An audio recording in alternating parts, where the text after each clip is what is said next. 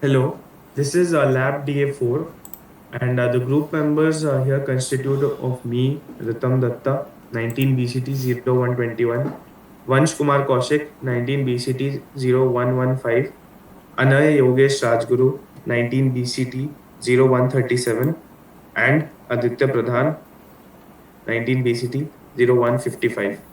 The programs that we'll deal with in this assignment are the mode 0 and mode 1 of 8051 microcontroller timer.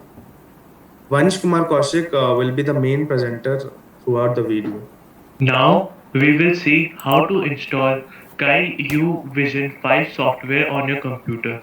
To do that, first head over to kyle.com website, and in the download section we can download this executable file.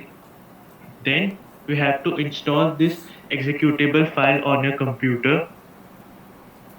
After this, Kyle U Vision 5 software will be downloaded and installed. Then when we open the Kyle U Vision 5, first we have to create a new project. To do that, we have to go to the project section and click new vision project. Here we have to write the name of our project. I will write timer as the name of our project. Then we have to select the device for which we will run our code. We will be using 8089 S52 as a device. Then we will press OK. Uh, Now we will um, select new file, and then we will write our code in this test file. Now we will save this file using Control S, and we will save it using the name mode 0. Now as it is a C file, we have to save it using .c extension. Now we will save our file. Now we will be seeing the code for timer 0 operating in mode 0. 8051 has two timers, timer 0 and timer 1 namely. Both are 16-bit timers. Here we use timer 0 in mode 0. So it will be a 13-bit timer. 8-bit higher of timer 0 and 5-bit lower of timer 0 will be used here. The first line hash include is used to include the header files x51 which will be used in this code. The next line s bit test equal to p1 0 is used for defining the port 1 pin 0 as test. Now in next line we start defining a subroutine named timer delay which defines the timer 0 delay function and will be used further in main function.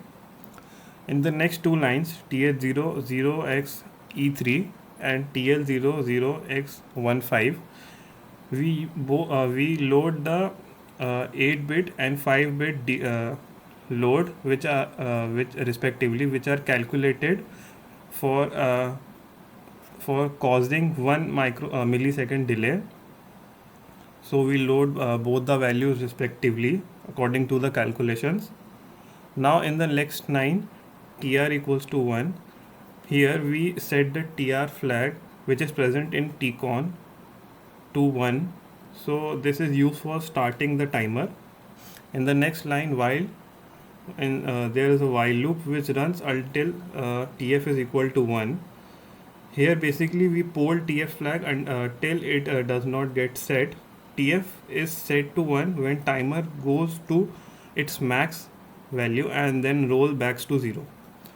The next line we have tr 0 equals to 0 which is then used for stopping the timer, and the next line is tf equals to 0 which is used for clearing the timer 0 flag. Now main function is starting. So in the main function, the first line is tmod equals to 0 x 0 0. Here we specify the timer and the mode which we'll be using. So here we use timer 0 operating in mode 0. Next we have a while loop, inside which we have the first statement test equals to negation of test, which is used for toggling the test pin between the values 0 and 1 for switching the LED on and off. The next line, timer delay, is a call to our subroutine which we have defined above, and this will cause a delay of 1 millisecond as defined. So the loop is exited and the main function is also over. So now my friend Vansh will explain the output of the code. Thank you. Now we will see the output for the mode 0 program. To do that, first we have to build our program. To do that, we have to go to project and build target. Here we can see that there are 0 errors and 0 warnings. After that, we have to debug our code. To do that, we have to click on the D symbol here, then press OK. After that, we have to go to peripherals, and in the IO ports we have to select port 1.